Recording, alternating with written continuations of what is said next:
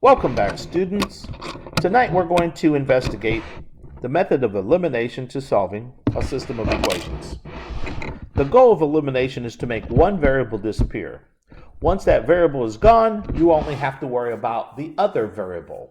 Once you solve for that variable, you're going to plug it back into the original equation to solve for the one you made disappear. That's the basic logic behind it. So, step one, find the easiest variable in both equations to eliminate. In order to eliminate a variable, it must have opposite coefficients. So we look at the x's first, and we notice we have a positive x and a negative x. We look at the y's, and we notice we have negative 5y and negative y. Well, if we go according to the second sentence in step one, in order to eliminate a variable, it must have opposite coefficients. It makes perfect sense that we are going to combine the x with the negative x to make the x's disappear. So let's go ahead and take care of business. So we realize that our goal is to make the x's disappear. And I know at first this doesn't make any sense, but we're going to add the two equations together. So we take x and we add a negative x to it, and that makes our x's disappear. We have a negative 5y, and we add a negative y to it. Since they're two negatives, we're going to combine them, and we're going to get negative 6y. Nothing happens with my equals, and now we have negative 14 plus a negative 4. Again, we have the same negative sign in both, so we're going to add these two numbers, which is negative 18. All right, now we accomplished our goal of getting one variable to eliminate. Now we just need to solve for the other variable. Well, we have a negative 6 attached to a y through multiplication, so the best way to get rid of multiplication is to use division. So we're going to divide both by negative 6. All right. On the left side, negative 6 divided by negative 6 becomes 1. You multiply 1 to a y, and you get just y. Equals, now you got a negative 18 divided by a negative 6.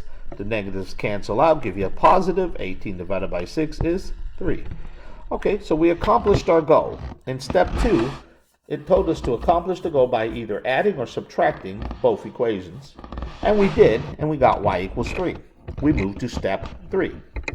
Step 3 says use this answer to solve for the unknown variable. Well, the unknown variable is the one we made disappear, which was the x in this example.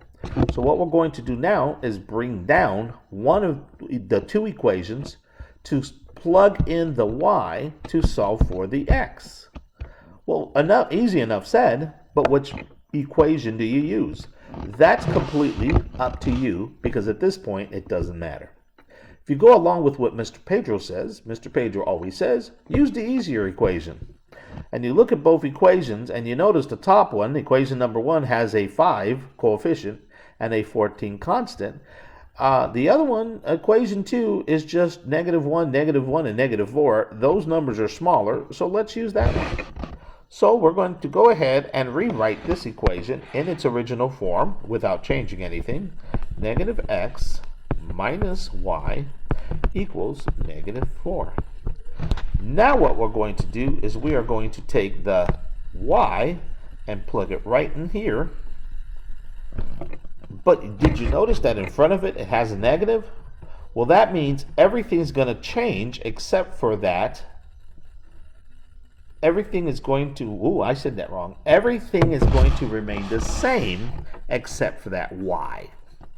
All right, so here we go. We're going to keep all the colors consistent so everything makes a little bit more sense. This negative x will not change. The negative in front of the y will not change. The equals will not change, and neither will the negative 4. The only thing that's going to change is the 3, and we're going to plug the 3 right there. All right, so we have a negative x that we want to get by itself. What's attached to negative x on the left side? Negative 3. What's negative 3 doing to negative x? Subtracting. And how do you unsubtract it? You're going to add it to both sides. All right, so now it's just a matter of cleaning everything up. On the left side, don't forget, we still have negative x. Nothing happened to that negative sign. And on the right side, if we have negative 4 plus 3, we end up with negative 1. But we are not done. We still have a negative 1 attached to the x. So what's negative 1 doing to the x? The answer is multiplying. And how do you get rid of it? The answer is division. So we're going to divide both sides by negative 1. All right, the purpose of doing this was to get the negative to go away. This negative and this negative are now gone. You now just have x equals negative 1 divided by negative 1 is a positive 1. All right, we just found the ordered pairs for this system of equations. You must write the ordered pairs as ordered pairs, x first, y second. So my solution is 1, 3.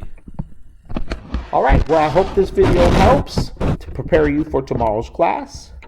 If you have any questions, ask me tomorrow when we start going over these. And don't forget, do your studying now and don't wait till Friday.